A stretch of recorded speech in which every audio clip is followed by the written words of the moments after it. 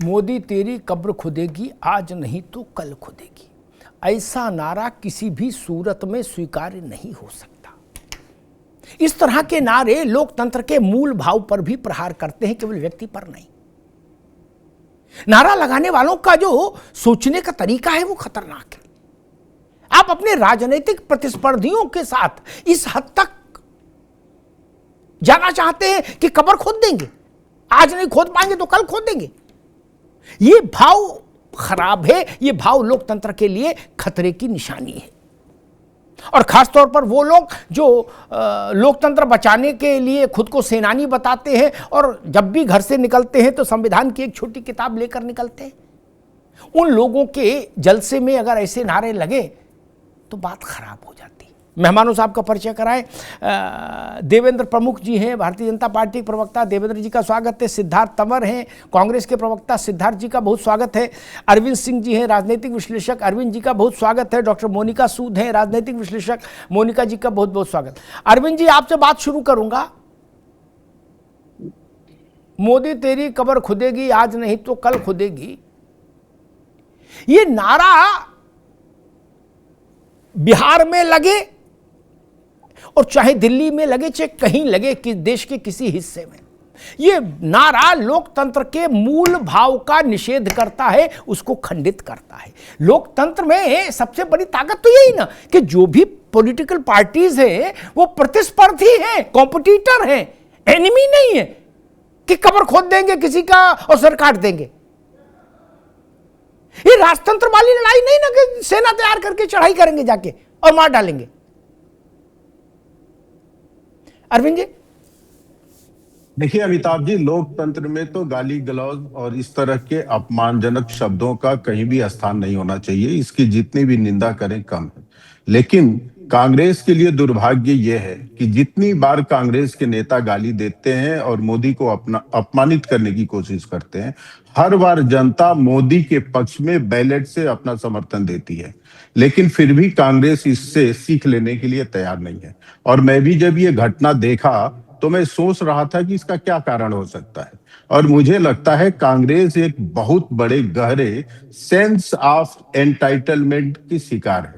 और कांग्रेस की यदि बात करें तो विशेषकर गांधी नेहरू परिवार, इस परिवार को लगता है कि सत्ता के शीर्ष पर बने रहने का केवल और केवल अधिकार उन्हीं को है। और जब उनको इसमें खलल दिखाई देती है, लोकतांत्रिक तरीके से जीत नहीं पाते हैं, तो गाली गलौज पे उतर आते हैं। और एक लंबा इतिहास है अमिताभ जी, थोड़ा आप गौर करेंगे। अब नेहरू के जमाने से लेकर और सोनिया जी के जमाने तक आप जरा देखिए, 2-3 डेट्स मैं बताता हूं। पटेल को सबसे ज्यादा लोग चाहते थे, अध्यक्ष बने, अंतरिम प्रधानमंत्री बने, उनके पक्ष में 17 राज्यों ने वोट किया था। नेहरू के पक्ष में किसी ने नहीं किया था, फिर भी नेहरू बने।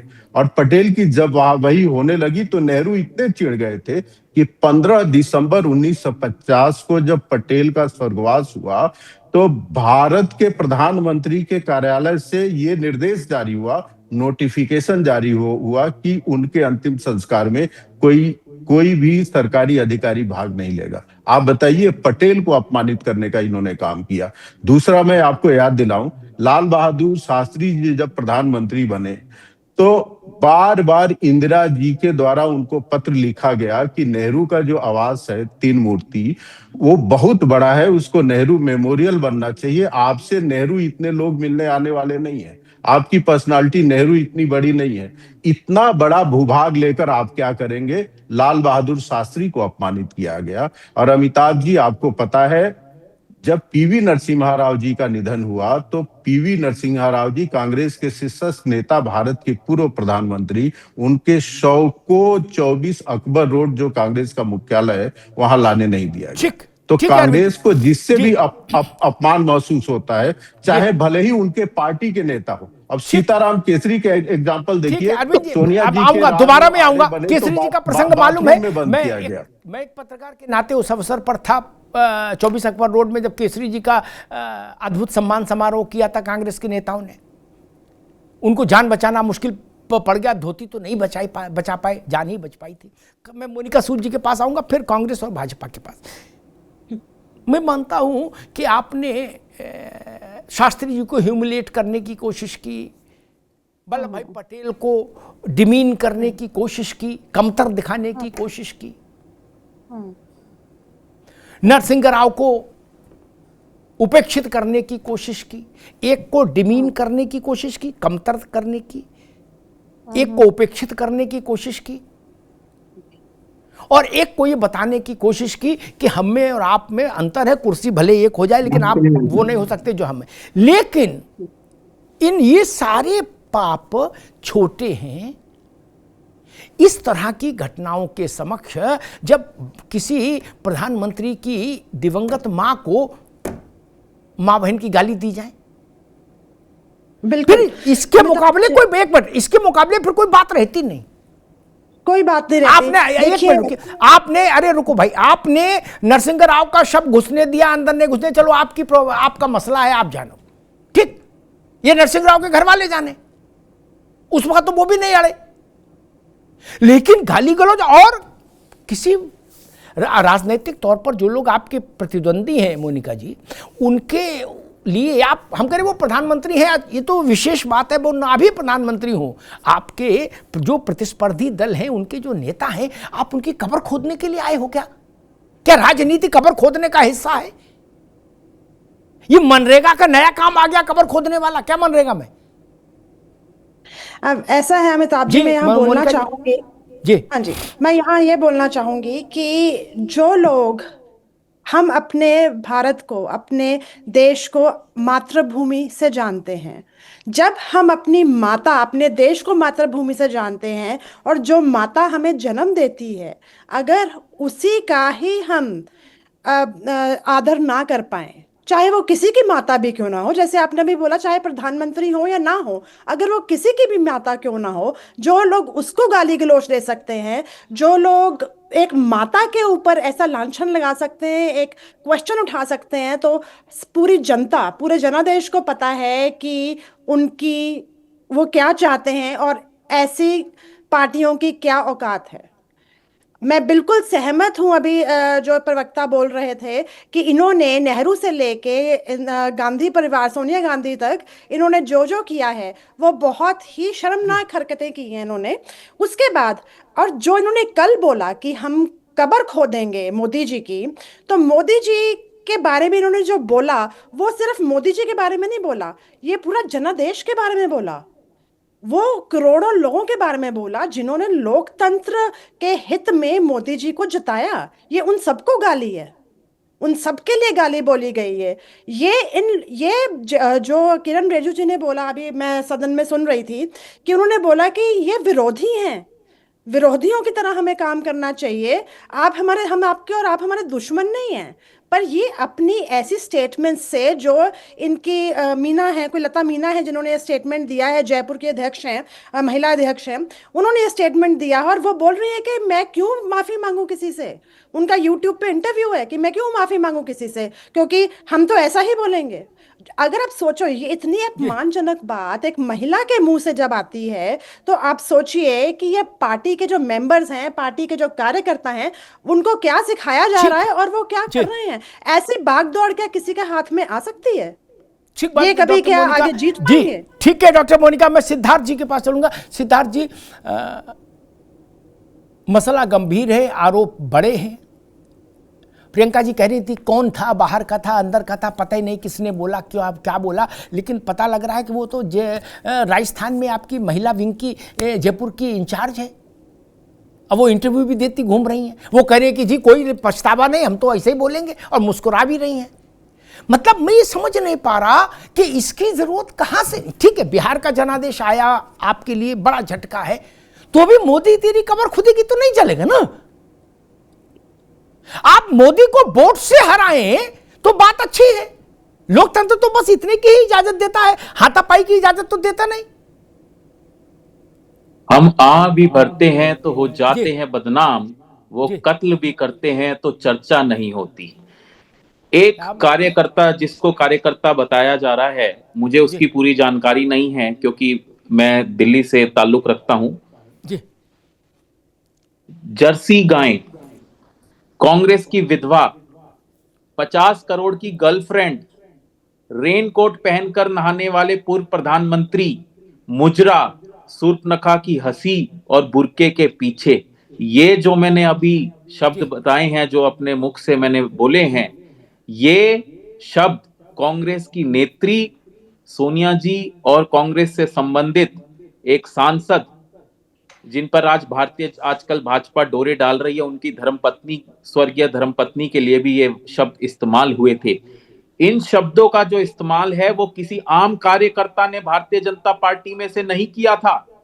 ये एक जिम्मेदार व्यक्ति, जिसके चेहरे पर चुनाव लड़े जाते हैं, उस व्यक्ति ने भरे मंचों से इन शब्दों का उच्चारण किया था। उस पर आज तक कितनी डिबेट हुई, मुझे ये बता दीजिए।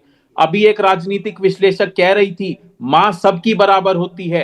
बिल्कुल मां सबकी बराबर होती है, मैं इससे सहमत हूं, परंतु राहुल गांधी की मां के लिए, राजीव गांधी की मां के लिए, जवाहरलाल नेहरू जी के लिए और उस गांधी परिवार के लिए, जिसमें नेहरू जी ने 10 साल जेल में आजादी की लड़ाई के लिए 10 साल जो व्यक्ति जेल में रहा हो, राजीव गांधी जिनके शरीर के परखच्चे उड़ गए, उस व्यक्ति के लिए, उसकी विधवा के लिए ऐसे शब्दों का इस्तेमाल एक पद पर बैठे हुए व्यक्ति ने किया, उस पर आज तक कभी डिबेट नहीं हुई। एक कार्यकर्ता, जिसको कार्यकर्ता बताया जा रहा है, मुझे पूरी जानकारी नहीं है वहां पर कौन लोग थे, रैली के मैदान में कुछ नहीं हुआ, तंवर साहब कोई भाषण, जानकारी तो मेरे ख्याल से पूरी कर लेनी चाहिए थी, अब तक काफी टाइम हो गया।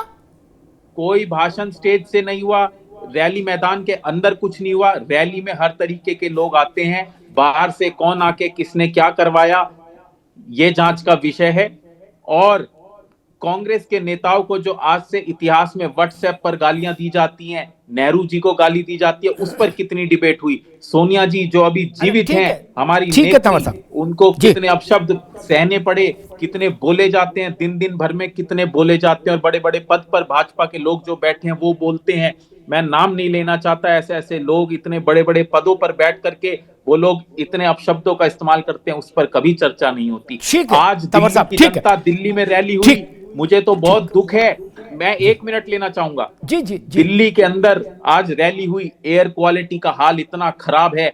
जेपी नड्डा जी जिनकी कुर्सी जाने वाली है, उनको कुर्सी बचाने के लिए आज सदन में जो है महिमा मंडन करना पड़ा, क्योंकि अब अध्यक्ष की कुर्सी जा रही है। एयर क्वालिटी पर आज कोई चर्चा नहीं हुई।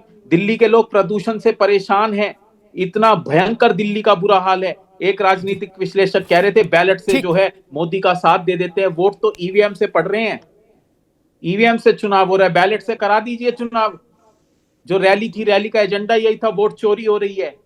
ठीक है।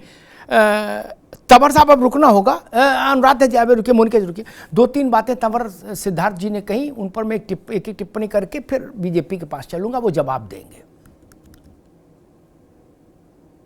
रेनकोट के पहन के नहा रहे या रेनकोट उतार के नहा रहे, मान लीजिए ऐसा बोला, तो उसके एवज में आप उसकी मां को मां की गाली देंगे माइक पर? आप मुझे ये बता दीजिए ना अमिताभ जी, ये किसने बोला? ये अंताक्षरी नहीं बाबू, आप नहीं देना। जब दोबारा में, अब दोबारा में, अभी नहीं, अभी आवाज नहीं आएगी। दोबारा में जब आपका अवसर आए तो बात करिए, जैसे सब लोग कर रहे हैं वैसे ही होगा। ये अंताक्षरी मेरे शो में नहीं होती। अंताक्षरी ने अपनी अपनी बात कह के फिर आता है विषय। एक तो ये विषय, दूसरा रेनकोट पहन के नहा रहे कि 56 करोड़ कितना के गर्लफ्रेंड है कि क्या है, वो भी विषय आपत्तिजनक है। और ये फिर, लेकिन कौन कितना आपत्तिजनक है अगर एक बड़ा नेता मंच से ये कहे कि ये जो सामने वाला राज्य का मुख्यमंत्री है, जो निर्वाचित मुख्यमंत्री है, वो मौत का सौदागर है, तब तो बात गंभीर हो जाएगी। और सबसे बड़ी बात, आज तक हिंदुस्तान में ये तो किसी ने नहीं कही। इंदिरा गांधी जी ने जब इमरजेंसी लगाई तब भी ये नारा नहीं लगा, इंदिरा तेरी कब्र खुदेगी, आज नहीं तो कल खुदेगी, तब भी ये नारा नहीं लगा। जब 20 लाख लोग एक दिन में जेल में डाल दिए गए, मीसा DIR में, right from Jayaprakash ji to Nanku, सब जेल में गए एक रात में, तब भी ये नारा नहीं लगा कि इंदिरा तेरी कब्र खुदेगी ना। जनता को अवसर मिला, जनता ने इंदिरा जी को हरा दिया, संजय गांधी हरा दिए, बंशीलाल, ओम मेहता सब भगा दिए, लेकिन इंदिरा तेरी कब्र खुदेगी ये नहीं कहा। सिर्फ बात इतनी सी है। अब कब, और ये तो नुस्खा कांग्रेस की सेहत के लिए है मैंने शुरुआत में 5 उदाहरण दिए थे। पांचों उदाहरण में आपके लोगों ने अपनी जुबान से अंट-शंट बोला और हर अंट-शंट वक्तव्य ने आपको भारी चुनावी नुकसान पहुंचाया, भारी। गुजरात में आप चुनाव जीत रहे थे, अशोक गहलोत जब वहां प्रभारी थे, अचानक से मणिशंकर प्रकट हुए, उन्होंने कहा ये नीच आदमी है, चुनाव पलट गया, कांग्रेस फिर जमीन पर आ गई। ये हुआ। ये चाय वाला है, इसको हम अपनी पार्टी के दफ्तर के बाहर फुटपाथ पर थोड़ी जगह दे देंगे चाय बेचने की, चुनाव पलट गया। ये तो आपके हित की बात है मेरे भाई कि ऐसा ना करो, आपका ही नुकसान होता है, इनका क्या नुकसान हुआ? ये तो और फल फूल रहे। बिहार में मंच से नरेंद्र मोदी की मां को अभद्रतम गाली दी गई, ये इतना बड़ा जनादेश लेकर आए जो कभी नहीं आया। और एक बात कांग्रेस बार बार कहती है कि ये चुनाव ठीक नहीं हो रहा, राहुल जी इस मिशन को आगे बढ़ाते हैं, बैलेट से कराओ तो हम चमत्कार करेंगे। मैं एक नई बात कह रहा हूं आज। सामान्यतः ये बात आपको ऐसे संदर्भों में मिलेगी नहीं, कहते हुए लोग मिलेंगे नहीं। अरविंद जी आप भी सुन लो ध्यान से। 1985 से कांग्रेस का बिहार में वनवास हो गया, तब बैलेट से ही चुनाव होता था क्या? तब ईवीएम नहीं थी और नरेंद्र मोदी भी नहीं थे राजनीति में, भाजपा भी इतनी मजबूत नहीं थी। खत्म। 89 में कांग्रेस उत्तर प्रदेश से डिसमेंटल हो गई, तब ईवीएम नहीं था बाबू, खुला बैलेट पड़ता था, मोहर। तब नारा भी ऐसे होते थे, जात पर ना पात पर, इंदिरा जी की बात पर, मोहर लगेगी हाथ पर, बटन दबेगा नहीं कहते थे, क्योंकि तब मोहर ही लगती थी। मैंने देश के 2 बड़े राज्यों के उदाहरण दे दिए जहां आज तक दशकों बीत गए, कांग्रेस लौटकर सत्ता में नहीं आई। उन दोनों में कांग्रेस का सत्ता से बहिष्कार, वनवास बैलेट ने ही कराया, ईवीएम ने नहीं। यह कांग्रेस को याद रखना चाहिए और अपने बुद्धिमान लोगों से कहना चाहिए कि भाई इसका कोई काट ढूंढो। ये तर्क जो है इसकी कोई काट लाओ, नहीं तो ये तो फजीयत कराने वाला तर्क है। नारायण दत्त तिवारी और जगन्नाथ मिश्रा, बिहार के आखिरी मुख्यमंत्री कांग्रेस के जगन्नाथ बाबू और तिवारी जी उत्तर प्रदेश में, उसके बाद से रोली चंदन नहीं लगा माथे पर। चुनाव चाहे बैलेट से हुआ हो और चाहे ईवीएम से हुआ हो। उसके बाद तो काफी समय तक बैलेट से होता रहा चुनाव भैया, लेकिन नहीं लौटे ना आप। तो इसका मतलब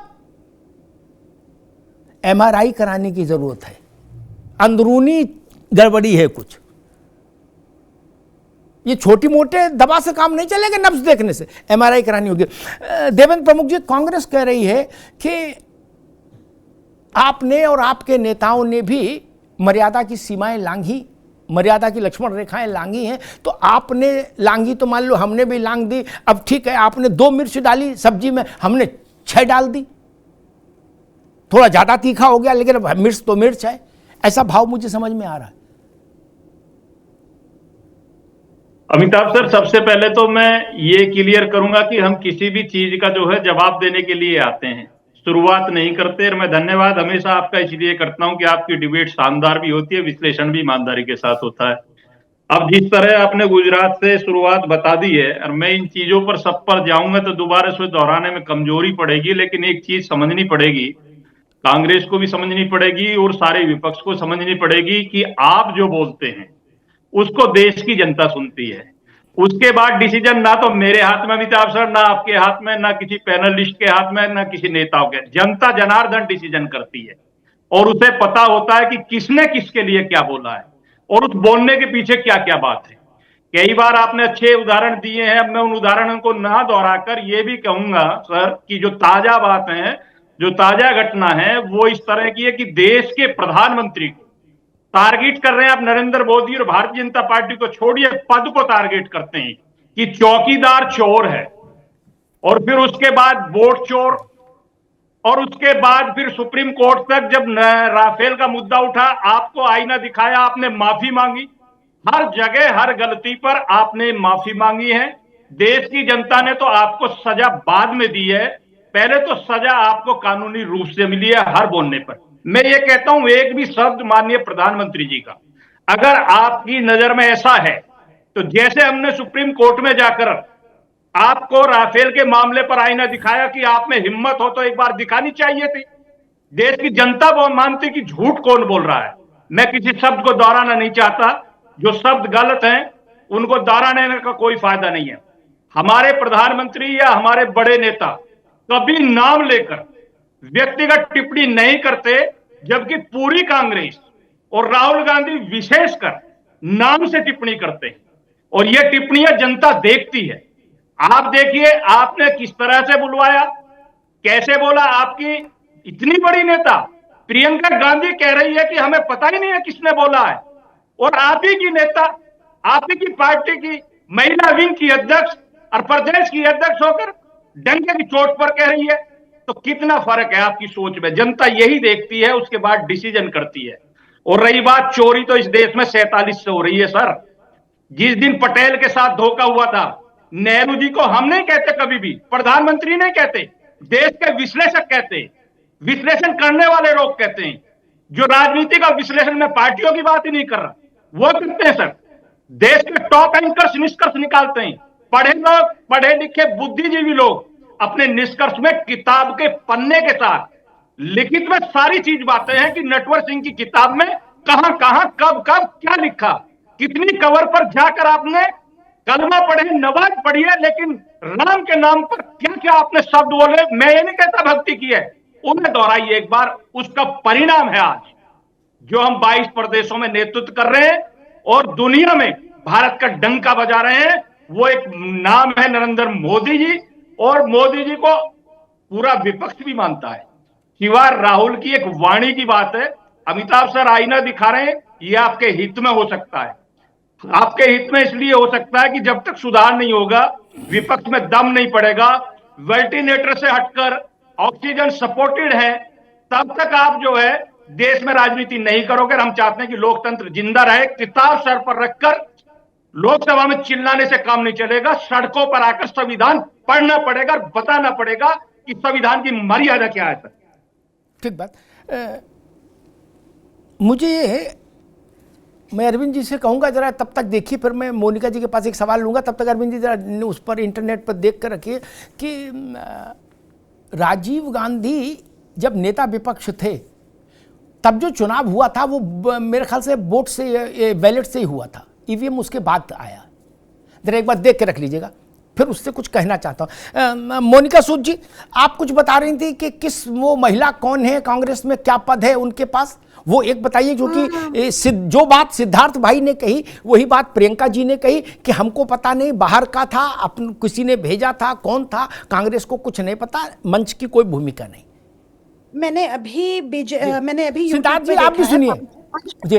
5 घंटे पहले की ये खबर है, जो कि ये वीडियो आया है, उसमें मंजुलता मीना जी हैं जो अध्यक्ष हैं जयपुर की, उन्होंने, महिला कांग्रेस की, उन्होंने कहा है कि ये अपनी और महिलाओं के साथ मिलकर कहा है, नारे लगाते हुए, कि मोदी तेरी कब्र खुदेगी और हम ये बोलेंगे, हम ये माफी नहीं मांगेंगे और हमें माफी मांगने पे कोई मजबूर नहीं कर सकता, जो हम कह रहे हैं सही कह रहे हैं। ये वीडियो सिद्धार्थ जी देखिए तो मिल जाएगा। सिद्धार्थ जी, मंजुलता मीना महिला कांग्रेस की अध्यक्ष जयपुर की, तो ये है। और एक बात और आपको बताना चाहूंगी अमिताभ जी, बड़ी अभी 15 मिनट पहले की न्यूज है। आपको पता होगा 2-3 दिन पहले मोहम्मद मोकिम करके एक एमएलए थे जिन्होंने सोनिया गांधी को चिट्ठी लिखी थी कि जो पदाध्यक्ष है, जिनके नेशनल प्रेसिडेंट जो होते हैं कांग्रेस के प्रेसिडेंट, उनको हटा के, मल्लिकार्जुन जी को हटा के आप प्रियंका गांधी जी को वहां पर लगाया जाए, क्योंकि वो मतलब एक तो महिला हैं और ऊपर से अभी मतलब थोड़ी युवा पीढ़ी को ज़रा प्रोत्साहित करेंगी। और आज सोनिया गांधी ने उस एमएलए को एक्सपेल कर दिया है। जिस पार्टी में, आप देखिए, जिस पार्टी में कोई अपनी आवाज़ नहीं उठा सकता, उसको आप सोचिए। मैं अपने थोड़े दिन पहले एक मेरा ऐसा डिबेट था, उसमें मैं बोल रही थी कि भी बहुत वरिष्ठ नेता है कांग्रेस में, ऐसी बात नहीं है, नेता वरिष्ठ हैं, पर उनको तो बेचारों को आगे आने का मौका दिया ही नहीं जाता। वो तो सोच नहीं सकते कि वो आगे पहुंच सकते हैं। और दूसरी तरफ देखिए, अभी ये सिद्धार्थ जी बोल रहे थे कि नड्डा जी को अपनी कुर्सी छूटने का डर था। अरे नड्डा जी का तो टाइम जो था रिटायरमेंट का वो तो था, बल्कि वो तो एक्सटेंड हो गया। सब जानते थे कि किसी ना किसी को तो अध्यक्ष बनाना ही है। पर आज मैं आपको मोदी जी का आप देखिए निर्णय, उन्होंने 45 वर्षीय नितिन नवीन जी को अध्यक्ष बनाया। इससे उन्होंने ये सबको बताया, पूरे लोकतंत्र को बताया कि कोई भी उनका कार्यकर्ता, कोई भी किसी भी प्रदेश से, कोई भी जो अच्छा व्यक्ति, जो अच्छा देश के लिए काम कर रहा है, वो उठ के कहीं भी पहुंच सकता है। और मोनिका जी, डॉक्टर मोनिका अभी रुकना होगा, डॉक्टर मोनिका अभी रुकना होगा। सिद्धार्थ जी, अब तक मेरी आवाज आ रही है? जी, मोनिका जी ने उस नेता का नाम भी बताया है, पता भी बताया है, डेजिग्नेशन भी बताया है। जयपुर की हैं, महिला कांग्रेस की अध्यक्ष हैं आपकी जयपुर की, और वो धुआंधार इंटरव्यू दे रही हैं बिल्कुल ताल ठोक के कि हमने बोला है, अपने लोगों से बुलवाया और माफी मांगने का कोई सवाल ही नहीं। एक तरफ प्रधानमंत्री की कब्र खोदने की घोषणा करने वाली महिलाओं को पार्टी ने नोटिस तक नहीं दिया, लेकिन जिस एक एमएलए ने, गरीब ने यह कहा कि ठंड भी है और खड़गे जी की उम्र भी है और सर्दी भी है, कोहरा भी है, अब इनको आराम की जरूरत है, इनकी जगह प्रियंका जी को लगा दो, वो ज्यादा अच्छा दौड़ भाग काम कर लेंगी पार्टी के नेतृत्व में। उनको पार्टी से निलंबित कर दिया। बोले तुम्हारी इतनी मजाल, लेकिन मोदी तेरी कब्र खुदेगी, बोले तुम बोलते रहो, डोंट वरी, तुमको हम राज्य का अध्यक्ष बनाएंगे, अब आगे बढ़ाएंगे। ये तो ठीक नहीं ना। कांग्रेस पार्टी में आंतरिक लोकतंत्र है, कांग्रेस पार्टी में डिसिप्लिनरी कमेटी भी है। उसको निकाल दिया आपने एमएलए को, जिसने सिर्फ ये कहा था कि प्रियंका जी को आगे लाओ। कांग्रेस पार्टी में जो अभी आप बयान बता रहे हैं कि उस महिला ने दिया है, महिला वो पद पर है, तो ये जांच का विषय है। कल ही रैली संपन्न हुई है, तो जो जांच होगी और जो कार्रवाई होगी वो जल्द आप सबके सामने आ जाएगी। अगर ये बिल्कुल सही पाया गया तो महिला कांग्रेस जो है, महिला कांग्रेस इस पर उचित कार्रवाई जरूर करेगी। पर मुझे आप ये बता दीजिए, भारतीय जनता पार्टी के लोग जो बोलते हैं उस पर आज तक कभी कोई कार्रवाई हुई? अभी हरियाणा के अंदर विधायकों की एक मीटिंग हुई जिसको गृह मंत्री जी जो है देश के, वो संबोधित कर रहे थे। वहां पर तो बोलने का किसी को मौका ही नहीं दिया जाता। कुर्सी को, दो विधायकों के बीच में एक कुर्सी की जगह छोड़ी गई कि जिससे कि विधायक आपस में कोई बात भी ना कर लें। अभी राजस्थान के ही एक विधायक का वीडियो वायरल हुआ है, 40% कमीशन मांग रहे हैं और वो आकर के बोल रहे हैं कि ये मैंने नहीं करवाया है, ये जादू टोने से जो है, जादू टोना मेरे ऊपर किया गया और 40% की बात हुई। कितनी शर्म की बात है, 40% का कमीशन, राजस्थान का विधायक। हमारी एक कार्यकर्ता जो बताया जा रहा है, वहां तो एक विधायक है और 40% का कमीशन खोरी, एक मैट बिछाने पे स्कूल के, उस पर आरोप लगा है और वो कैसे खंडन कर रहा है, उस पर क्या कार्रवाई भारतीय जनता पार्टी कर रही है? भजन लाल जी कर रहे हैं जो पर्ची से चुन के मुख्यमंत्री बने हैं, उस पर क्या कार्रवाई हो रही है? जनता का पैसा टैक्स का लग रहा है राजस्थान में। आप एक बार बिल देखेंगे तो आंखें खुली की खुली रह जाएंगी जी। एक मैट जो है 25-25, 30-30 हजार के राजस्थान में लगाए जा रहे हैं, जिसका वर्क ऑर्डर हो चुका है और उसमें 40% का कमीशन मांगा जा रहा है। उस पर कब डिबेट होगी? ठीक है सिद्धार्थ जी, डिबेट होगी। बिल्कुल बिल्कुल बिल्कुल। अब रुकना होगा। हमने सवाल पूछा कि एमएलए ने सिर्फ इतना गुनाह पाप किया कि खड़गे जी की उम्र हो गई है, ठंड है, कोहरा है, जोड़ों में दर्द होता है, इस ठंड में कफ बनता है, आराम करें, प्रियंका जी को आगे नेतृत्व दे दे, इतने तो कहा, किसी की शान में गुस्ताखी तो की नहीं, उसको निकाल दिया। और जो जिला की अध्यक्ष है महिला की, बोले इसका जांच करेंगे, कौन है ये, कहा अध्यक्ष। अरे आजकल तो ऑनलाइन डाटा है भैया, मोबाइल पे दिखती पूरी पार्टी। अब कोई वो जवाना की चिट्ठी डालेंगे जयपुर कि परशुराम मदेरना जरा जांच करके बताओ, चिट्ठी आई है, ऐसा तो अब जमाना है नहीं। इस पर है पूरी भाजपा, पूरी कांग्रेस, सपा बसपा, दुनिया की आरटी पार्टी सब इस पर है महाराज। मोहल्ले तक का नेता इस पर है कि वो ऑफिशियल है क्या अनऑफिशियल है, कोई घोर माठा हो रहा है क्या? ना, ये गलतफहमी मत रखिए। और मैं एक वो देता हूं टेस्ट किट, अरविंद जी आपके पास आ रहा हूं, एक टेस्ट किट देता हूं सिद्धार्थ भाई आपके लिए, और ये बात देवेंद्र प्रमुख की पार्टी पर भी लागू, हर पार्टी पर लागू। जो लोग ये कह रहे हैं कि जांच होगी, कमेटी बनेगी, वो देखेगी कि राजस्थान में कोई जयपुर शहर है कि नहीं है, पहले इसकी जांच करेंगे, चीफ सेक्रेटरी को चिट्ठी लिखेंगे, फिर जयपुर में कोई महिला कमेटी है कि नहीं है, फिर उसका आधार कार्ड, पैन कार्ड सब चेक करेंगे, जन्मपत्री, आप जानो। मैं तो एक बात कहता हूं, अरविंद जी आप मेरी बात सहमत होंगे, ये जांच करेंगे, कमेटी बनाएंगे, इतनी जल्दी क्या है, सब चीजों को देखा जाएगा। इनके किसी नेता के बारे में अल्लबल बोल के देख लो, 3 सेकंड, जितनी देर में एएनआई उसको पब्लिक करेगी, 3 सेकंड में वो निकाल के बाहर कर दिया जाएगा, और 4 लाख बोनस में। चौथा सेकंड नहीं लगेगा महाराज, न जांच न पड़ताल, दे दनादन सटासट सटासट, नोटिस वोटिस कुछ नहीं होता। नोटिस तो सीताराम केसरी को नहीं दिया, वो बाथरूम में भागे, धोती खोल दी, धोती फाड़ दी। हमने तो द्रौपदी क्या वस्त्रहरण देखा था, यहां चचा का वस्त्रहरण, पिछड़े वर्ग का नेता, आयु में वृद्ध, न भाग सकता है न दौड़ सकता है, आपने उसकी नेम प्लेट तोड़ी और पैरों से रौंदी। और वो जो लोग आए थे वो श्रीमती सोनिया गांधी जिंदाबाद नारा लगा रहे थे, उसके बाद सोनिया जी ने टेक ओवर किया, इधर चाचा का सम्मान हुआ, उधर सोनिया जी का राज्यारोहण हुआ। यही ना सच है? वो तो भाजपा ही नहीं थे,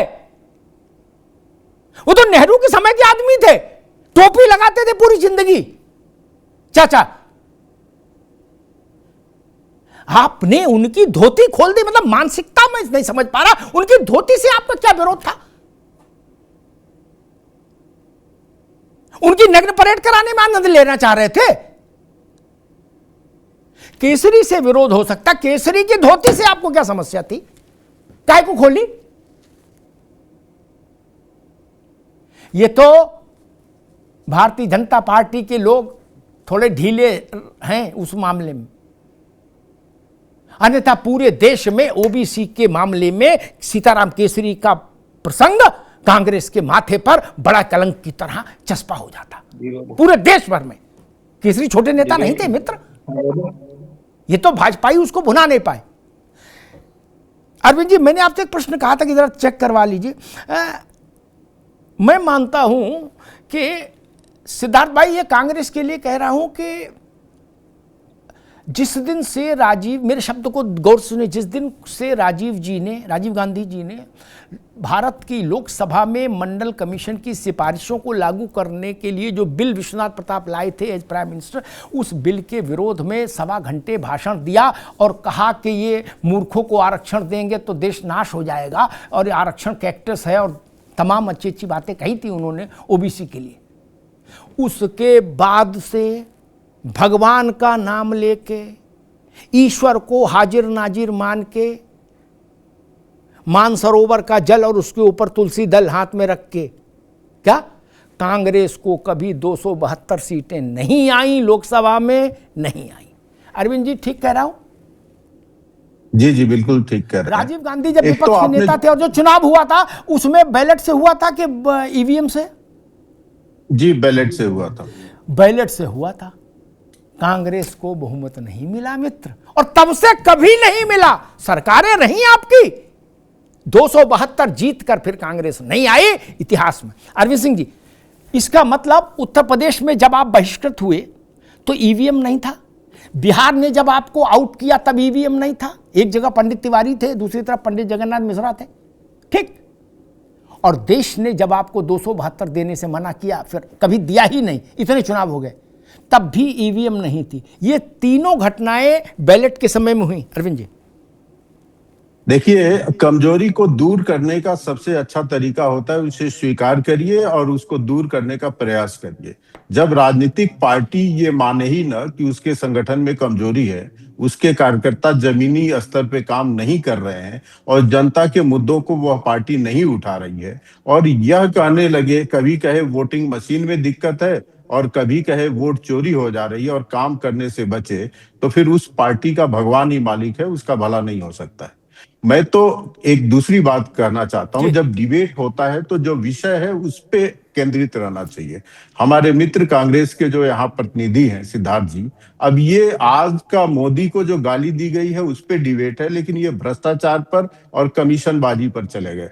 तो अमिताभ जी, मैं कहना चाहूंगा, आरोप प्रत्यारोप की बात छोड़ दीजिए, लेकिन प्रूवन जो सत्य है, यदि किसी राजनीतिक पार्टी पर सिद्ध हुआ है भ्रष्टाचार, तो भारत में केवल एक ही पार्टी है, उसका नाम है भारतीय राष्ट्रीय कांग्रेस। और किसने माना है कि भारतीय राष्ट्रीय कांग्रेस ने भ्रष्टाचार किया है? इस देश के सर्वोच्च अदालत ने माना है। और किस केस में माना है? झारखंड मुक्ति मोर्चा के सांसदों ने, जो कांग्रेस के सत्ता के पक्ष में, प्रधानमंत्री के पक्ष में लोकसभा में वोटिंग दिया था, उसमें सुप्रीम कोर्ट ने पाया कि कांग्रेस के रिश्वत देने के बाद झारखंड मुक्ति मोर्चा के सांसदों ने कांग्रेस को वोट किया था और सुप्रीम कोर्ट ने कहा चूंकि लोकसभा में बहुमत सिद्ध हो चुका है इसलिए उसको हम रिवर्स नहीं कर सकते हैं, लेकिन इसमें रिश्वत दी गई है। तो घोषित रूप से और सुप्रीम कोर्ट के द्वारा प्रमाणित कोई भ्रष्टाचार वाली पार्टी है जिस पे आरोप सिद्ध हुआ है तो भारतीय राष्ट्रीय कांग्रेस है, नंबर एक।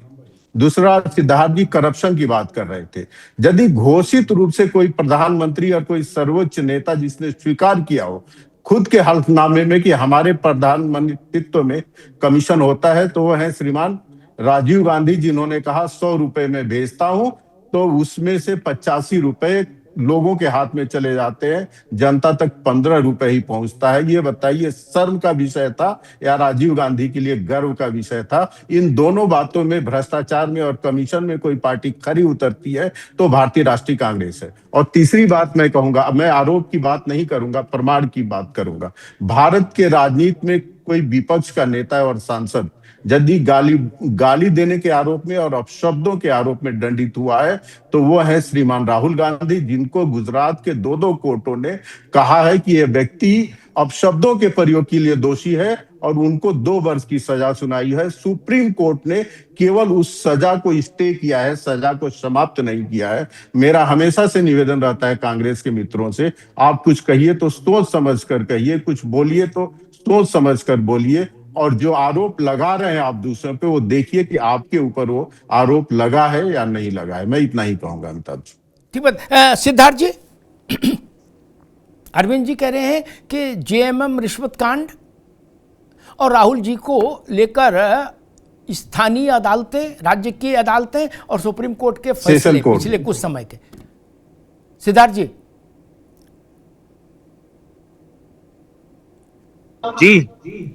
जी, तमर साहब आवाज जा रही है?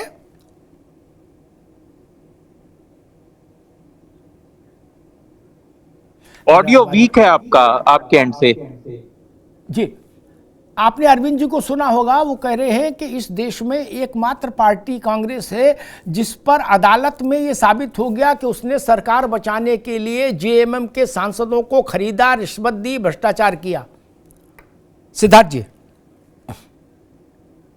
देखिए, आजकल तो एक नया कंसेप्ट आ चुका है, ईडी सीबीआई इनको भेज देते हैं और उसके बाद जो अदला बदली होती है, अजीत पवार की पार्टी को कैसे उनके विधायकों को तोड़ना है, शरद पवार जी की पार्टी को कैसे तोड़ना है, शिवसेना को कैसे तोड़ना है, विधायकों को कैसे खरीदना है, ये तो खुलेआम चल रहा है, सबको पता है। ईडी सीबीआई का कैसे डर दिखा करके अपनी सरकारें बनवानी है। जी, और रही बात अभी आलोचना की, तो भारतीय जनता पार्टी के एक सिटिंग विधायक हैं जो दिल्ली से, उन्होंने किस तरीके से राहुल जी के लिए अपशब्द कहा था कि जो हाल तुम्हारी दादी और तुम्हारे पिता का हुआ है वही हाल तुम्हारा होगा। उस पर कब डिबेट हुई, उस पर कब भारतीय जनता में पार्टी में कार्यवाही हुई? राहुल गांधी नेता विपक्ष हैं, उस पर क्या कार्रवाई हुई, मुझे इस डिबेट में बता दीजिए। सिटिंग विधायक दिल्ली से, भारतीय जनता पार्टी से। जी, आपकी बात पूरी अमिताभ होगी जी, भैया? ठीक है जी, अरविंद जी जल्दी से कहिए, फिर मैं देवेंद्र अमिताभ जी, जी। मैं तो आरोप प्रत्यारोप की बात नहीं कर रहा हूं। मैं तो कह रहा हूं कि सुप्रीम कोर्ट ने किसी पार्टी को भ्रष्टाचारी माना और भ्रष्टाचार का दोषी माना तो भारतीय राष्ट्रीय कांग्रेस को माना। इस तथ्य को सिद्धार्थ तंवर स्वीकार करते हैं या नहीं करते हैं? और राजीव गांधी जी ने स्वयं कहा कि 1 रुपए भेजता हूं तो 15 पैसे ही पहुंचता है, सिद्धार्थ तंवर कुछ कहना 85 चाहेंगे? पैसे कमीशन और दलाली में चला सिद्धार्थ जाता है। जी इस बात कुछ को वो कहना मानेंगे चाहेंगे या नहीं या मानेंगे? फिर मैं देवेंद्र प्रमुख के पास चलूं?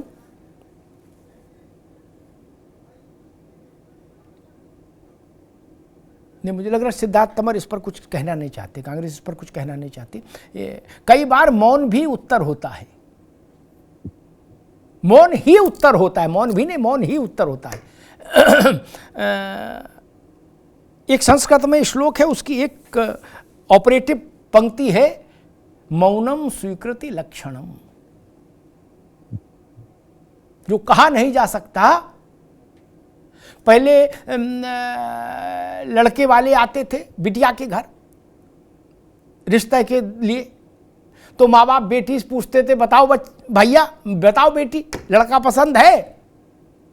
तो मैं आज के भारत की बात नहीं कर रहा हूँ, थोड़ा पीछे के भारत की बात कर रहा हूँ। तब बहुत सारी चीजें थी। तो लड़की केवल सिर नीचा करके चली जाती थी और मान लिया जाता था कि लड़का पसंद है। यही मौनम स्वीकृति लक्षणम है। कंठ ने कुछ नहीं कहा, हम मौन हो गए, इसका मतलब हमने मान लिया, अब आगे फजीयत ना करो। ये उसका एक संदेश होता है कि मान लिया भाई।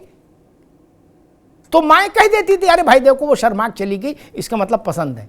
पसंद नहीं होता तो फिर यहां को रह के प्रतिरोध करती। ठीक है देवेंद्र जी, मसला वही है कि कुछ चीजें ऐसी होती हैं जिनमें संवेदनशीलता रहनी चाहिए। प्रधानमंत्री का पद भारत के सर्वोच्च कार्यकारी का पद है। हमारे यहां राष्ट्रपति अमेरिका के हिसाब से तो है नहीं, यानी भारत की सर्वोच्च कार्यकारी शक्ति का जो पद है उसका नाम है प्रधानमंत्री। और उस पर जो आदमी बैठा है वो जोर जबरदस्ती से तो कोई बैठ नहीं सकता कि 312 बोर का तमंचा ले आए और उसको लेके घुस जाए और बैठ जाए, ऐसा तो संभव नहीं। जनता बैठालती है। तो शायद मोनिका जी कह रही थी, ठीक कह रही थी, जब आप प्रधानमंत्री को सार्वजनिक मंच से ऐसे लांछित करते हैं तब आप उसके साथ जो जनादेश है उसको भी लांछित करते हैं, उसको भी ठेस पहुंचाते हैं, ऐसी भी धारणा बनती है। फिर देवेंद्र जी, प्रधानमंत्री कोई हो, इंदिरा जी रही हो, राजीव जी रहे हो, पंडित जी रहे हो, शास्त्री जी रहे हो, वाजपेयी जी रहे हो। अमिताभ सर, मैं तो इस बात को खुलकर बोलता हूं, डंके की चोट पर बोलता हूं कि जब आपकी डिबेट होती है तो उसमें विश्लेषण इतना शानदार होता है कि उसमें अगर प्रवक्ता दाएं बाएं चलता है, मैं हूं यानी भाई कोई हो, कांग्रेस के मित्र ने लाइन अपने आप बदली है तो आपने पटरी से ही उतार दी गाड़ी, तो मैं तो ऐसी गलती नहीं करूंगा। मैं तो आपको यही कहूंगा, मैं डंके की चोट पर, अरविंद जी ने जो क्लियर किया, आपने जो क्लियर किया, उसके बाद भी मैं ये कहता हूं कि हम तीसरी बार इस देश में हैं। आप कहीं से भी, विपक्ष कहता खूब है, इधर उधर से खूब बातें आती है निकलकर, और हम कई बार सुप्रीम कोर्ट हम गए सरकार में होते हुए, उनके बोलने के खिलाफ गए हैं, उनकी चीजों के खिलाफ जाते हैं, राम मंदिर को लेकर भी गए हैं, 370-35 में भी आपको पता है सारा क्या क्या हमने सामना किया है। तो हमें भरोसा है कि जो काम हम कर रहे हैं, जिस काम को जनता इस देश की चाहती है, 150 करोड़ वो लोग जो 75 वर्षों से इस देश में बहुसंख्यक के रूप में अपने आप को अपमानित, घिरा हुआ, दबा हुआ महसूस कर रहे थे, कुचल रहे थे, वो आज धीरे धीरे आप हुए हैं सर। ये आप जैसे महान लोगों की बात है, मुझे कहने में कोई गुरेज नहीं है। सरकार से कहीं ज्यादा जो है चौथा जो स्तंभ है जिसने जड़ को निकाला है, देखिए सरकार अपना काम कर रही है सर, सरकार की जिम्मेदारी है, लेकिन जितने निष्पक्ष तरीके से इस देश के बुद्धिजीवी वर्ग ने इकट्ठा होकर कांग्रेस को आईना दिखाया, मैं नंगा करना जैसा नहीं कहना चाहता, उसको उसकी औकात बताई और उसके कार्यकलापों को निकालकर देश के सामने रखा, उसका परिणाम है कि आज मोदी जी देश नहीं विश्व के पटल पर खड़ा होकर 150 करोड़ लोगों की बात करते हैं डंके की चोट पर, किसी परिवार की बात नहीं करते सर। वो आज भी कहते हैं कि मैं 150 करोड़ लोगों को अपने साथ समझकर खड़ा होकर समझता हूं कि वो सब बोल रहे हैं। तो इतना फर्क है राहुल जी में, प्रियंका जी में, या अन्य कांग्रेस के साथियों में, अखिलेश जी में, ममता दीदी में, कोई ज्यादा फर्क नहीं है। वो भी इंसान है, हम भी इंसान है, लेकिन प्रयास है कर्म का, सोच का। जो जैसी सोच रखता, जैसे काम करता, वैसा फल पाता है। कांग्रेस ने 75 वर्षों तक इस देश के साथ डंके की चोट पर धोखा किया है, गद्दारी की है, सनातन को मिटाने का प्रयास किया है। आज उसी का परिणाम है कि वो ही शक्तियां जवाब दे रही है, चाहे रूप कोई भी हो सर। जी ठीक बात। एक तथ्य देश के सामने स्थापित होना चाहिए, क्योंकि कांग्रेस का सारा जोर इस बात पर है। ये गाली वाला प्रसंग तो अचानक से आ गया, लेकिन मूल रूप से कांग्रेस का फोकस इस बात पर है कि हम इसलिए हार रहे हैं क्योंकि चुनाव ईवीएम से हो रहे हैं। मूल कांग्रेस का मंतव्य, कथन ये है, ईवीएम से हटा के बैलेट से करा लो, हम सुपर डुपर जीतेंगे। कांग्रेस ये कह रही है, खड़गे जी से लेकर और सिद्धार्थ तंवर तक, गांधी परिवार भी। मैं उस संदर्भ में 3 बातें देश के सामने इस तरह रखना चाहता हूं। ऐसी बात इस ढंग से नहीं रखी गई। 1977 में श्रीमती इंदिरा गांधी चुनाव हारी, उनके पुत्र चुनाव हारे, संजय गांधी रविंद्र सिंह से अमेठी में, विद्याचरण हारे, ओम मेहता हारे, जितने इमरजेंसी के कलाकार थे सबकी जमानतें जब्त हो गई। तब चुनाव वोट से होता था, बैलेट से, और 3-3 दिन लगते थे काउंटिंग में। तंबू कनात शामियाना लगवा काउंटिंग होती थी, पूड़ी और आलू की सब्जी और आम का अचार चलता रहता था। ठीक, तो इसलिए ये ना कहो कि हम तो तब हारना शुरू हुए जब ईवीएम आई। ना ना ना, ईवीएम से पहले 1985 में बिहार का गेट बंद हो गया कांग्रेस के लिए, गेट बंद हो गया। कांग्रेस फिर कभी सरकार में नहीं आई। तब ईवीएम का वहां कोई फोटो तक नहीं जानता था बिहार में। ईवीएम तो छोड़ो कि किसी ने फोटो भी देखी हो कि ये क्या बवाल है। 89 में उत्तर प्रदेश में खिड़की दरवाजा बंद हो गया कांग्रेस का, तब भी ईवीएम किसी ने नहीं देखी थी। गाजीपुर से गाजियाबाद, बस्ती से बहराइच तक किसी माई के लाल ने ईवीएम देखी नहीं थी कि ये किस चिड़िया का नाम है। इसलिए ईवीएम को दोष मत दीजिए। राजीव गांधी के नेता विपक्ष रहते समय जो चुनाव हुआ वो भी बैलेट से ही हुआ मेरे भाई। उससे लेके आज तक आपको 272 कांग्रेस को नहीं मिले, ये तथ्य है। ये भाजपा बोले, सपा बोले, कोई बोले, लेकिन तथ्य तो तथ्य रहेगा। इंदिरा जी की मृत्यु के समय जो चुनाव हुआ, उसके बाद कांग्रेस इस स्थिति में नहीं रही कि 272 मतलब भारत की लोकसभा में बहुमत का सामान्य आंकड़ा कांग्रेस को नहीं मिला। इसलिए आप सारा दोष ईवीएम को मत दीजिए। ईवीएम नहीं थी तो भी आप कौन से हर्षपुष्ट थे, तब भी कमजोर थे। तब भी लोग कहते थे कुछ लेते क्यों नहीं हो, कुछ खाया पिया करो, प्रोटीन लो। ऐसा तो नहीं ईवीएम आ गया इसलिए आप कमजोर हो गए, प्रोटीन नहीं मिल पा रहा ना। मेरा मानना है इस बात को स्वीकार करना चाहिए। दूसरी बात मैं कहूंगा कि भाजपा के लिए एक बात कहूंगा और दूसरी बात कांग्रेस के लिए कहूंगा। भाजपा के लिए पहले कहता हूं कि देवेंद्र प्रमुख जी, आपका नाम प्रमुख है इसलिए ध्यान आ गया, पन्ना प्रमुख, आपके जिला अध्यक्ष, प्रदेश अध्यक्ष, राष्ट्र अध्यक्ष, मोदी जी, अमित शाह जी, मोहन भागवत जी, दत्ता जी, सबको जोड़ लो। अरविंद जी आप भी सुन लीजिए, सबको जोड़ लो, फिर भी उन सबका सामूहिक योगदान इतना नहीं है भाजपा को जिताने में। सबको जोड़ लिया मैंने, विचार परिवार, केवल भाजपा नहीं, जिसमें बजरंग दल भी है, वनवासी कल्याण परिषद भी है, दुर्गा वाहिनी भी है। अरविंद जी सारे विचार परिवारों को जानते हैं अच्छे से। सबके कार्यकर्ता जोड़ लो, उनकी सबकी भूमिका 33% और 66% में क्या मोदी तेरी कब्र खुदेगी, आज नहीं तो कल खुदेगी। क्या? इसलिए मैं कहता मोदी नीच है, मोदी चाय वाला है, इसको ठेला लगवाएंगे। इन्होंने जितवाया है आपको, आप इतने महान थोड़ी हो गए अचानक से कि सुरसा के तरीके से बदन फैला लेना ना। इसलिए मैं भाजपा के मित्रों से कहता हूं कि कांग्रेस के मित्रों को मोतीचूर के लड्डू भेजते रहा करो। और ये समय तो ठंड का है, गजक गजक भेजो, तिलकुट भेजो, बाजरे के पिठुआ भेजो बनवा। कितना काम कर रहे हैं उतना तो आप लोग सब मिलकर नहीं कर रहे जितना ये कर रहे हैं आपके लिए काम। माहौल ठंडा हो गया था, बिहार वाला मंच से जो मोदी जी की मां को गाली दी गई थी, एक नया एपिसोड लॉन्च कर दिया इन लोगों ने। बोले लो भाई हमारी तरफ से कमी नहीं रहेगी, हमने ईंधन और डाल दिया, आप खूब हाथ तापो। क्या ये होता रात में जहां हाथ तापते तो लकड़ी कम हुई तो और डाल दी गट्ठर। देवेंद्र जी तो उसी परिवेश में है, रहते हैं, जानते हैं कि आग जलती रहे, लकड़ी किसी की हो कोई दिक्कत नहीं, तो जला रहे ना आग आपके लिए। मैंने कांग्रेस के एक बड़े नेता से गुजरात का चुनाव था, जिस चुनाव में ये सब लोग मान रहे थे कि भाजपा बहुत मुश्किल में है, जिसमें नरेंद्र मोदी को नीच कहा और मोदी जी पर बहस उतरे मंच पर और उन्होंने पलट दी मेज। मैंने रात में 11:30 बजे कांग्रेस के एक बड़े नेता, बड़े मतलब प्रभाव, चुनाव में 2-3 लोगों में से एक जो उसके मैनेजमेंट को देख रहे थे, उनसे मेरी बात हुई। मालूम है मोनिका जी उन्होंने मुझसे क्या कहा?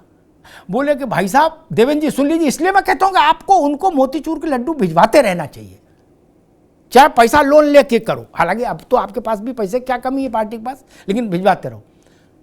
उन्होंने कहा कि अमिताभ जी अगर वोटिंग तक, सिद्धार्थ भाई आप भी सुन लो, कि वोटिंग तक हमारे यहां से कोई मूर्खतापूर्ण बयान नहीं आया, ये शब्द थे, तो हम जीत रहे हैं गुजरात। और जब मणिशंकर अय्यर का बयान आ गया तो मैंने उनको फोन किया, तो उनका अमिताभ जी सब कुछ खत्म हो गया, सब कुछ खत्म हो गया। 11:30 बजे मोदी जनसभा संबोधित कर रहे हैं और शाम को लग जाएगा आचार संहिता। क्या? अरे मैं शाम को प्रचार बंद हो जाएगा। क्या? बोले मोदी पलट देंगे मेज, हो गया, गया चुनाव, खत्म हो गया। आप बताइए, ऐसे प्रतिस्पर्धी को तो सफेद काली मिर्च और सफेद मिर्च होती दो, सफेद मिर्च देसी घी में भून के खिलाओ ताकि सर्दी में भी ताकत बनी रहे, कमजोरी ना आए।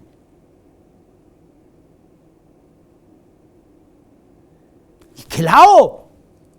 कांग्रेस, बीजेपी के कुछ लोग कहते हैं, वो लोग उदार हैं, वो मानते हैं, सब तो नहीं मानते। वो कहते नहीं हम ही पृथ्वीराज चौहान है, चंदगी राम है, लेकिन जो उदार और ज्यादा बड़े समझ के लोग हैं वो कहते हैं कि नहीं हमारे विकास में कांग्रेस का अतुलनीय योगदान है। हाँ। अच्छा बताइए,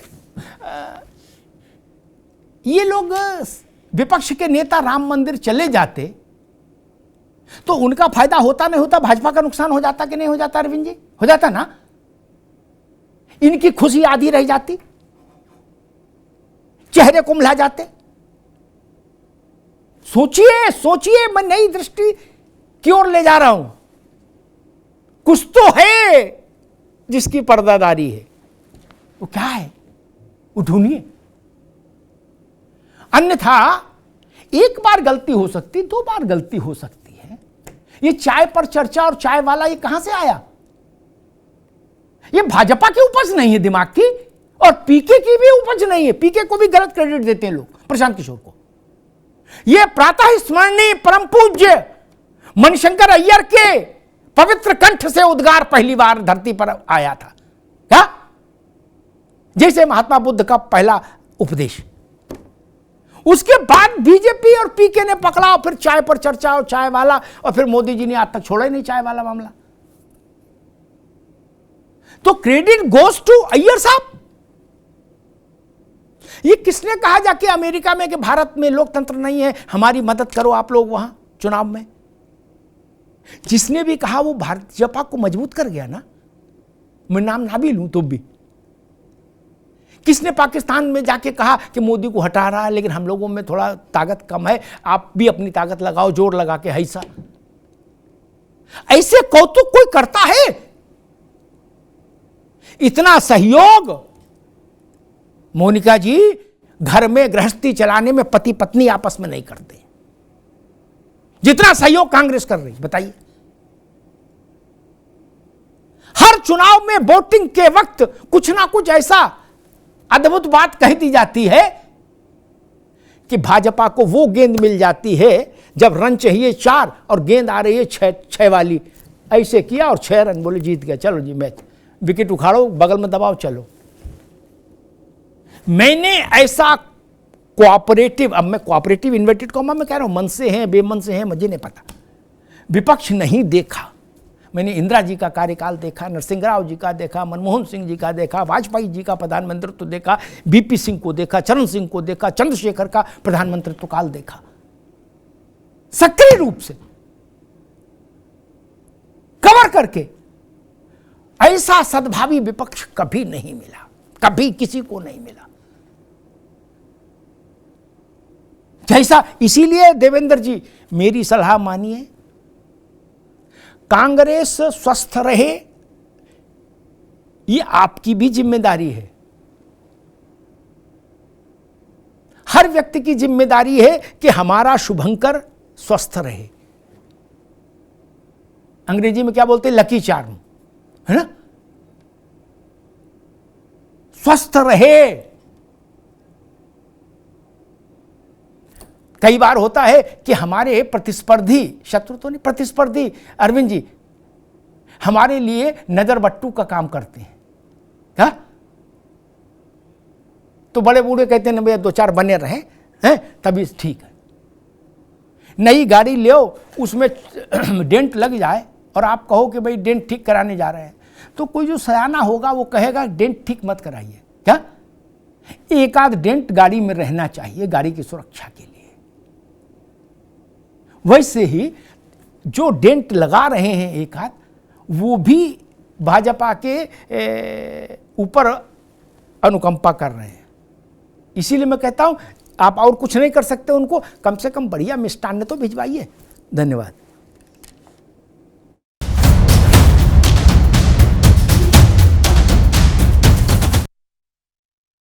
अब उत्तर चाहिए ब्रॉट टू यू बाय आरप्योर का हल्दी मसाला, मिर्च धनिया करे कमाल, सबका राजा आरप्योर मसाला।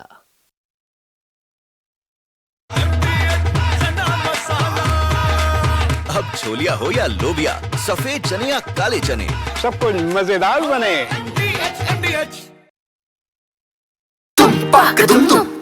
अरे श्रीमती जी कुछ तो सस्ता लो, बचत करो। नहीं श्रीमान जी, सब बढ़िया लो, रहने दीजिए। इसमें क्या खास बात है? थोड़े में ज्यादा स्वाद, यही तो है इसकी खास बात। वाओ मामा, क्या स्वाद है। अरे मेरे राजा, सबका राजा आरप्योर मसाला। आया असली स्वाद, अब आया स्वाद। जब स्वाद के पड़े हो लाले तो MDH का चंकी चाट मसाला डालें। MDH का चंकी चाट मसाला। MDH। मेरे पास है आरप्योर पाव भाजी का मसाला, आरप्योर पाव भाजी मसाला, पाव भाजी को टेस्टी बना डाला, सबका राजा आरप्योर मसाला। थोड़े में ज्यादा स्वाद, यही तो है इसकी खास बात। वाओ मामा, क्या स्वाद है। अरे मेरे राजा, सबका राजा आरप्योर मसाला। कुछ तो सस्ता लो, सब बढ़िया लो, इसमें क्या खास बात है। थोड़े में ज्यादा स्वाद, यही तो है इसकी खास बात। सबका राजा आरप्योर मसाला। MDH का किचन किंग किचन में हो तो हम सब कुछ बना सकते हैं। बैंगन का भरता, आलू गोभी, भिंडी मसाला और भी बहुत कुछ। MDH।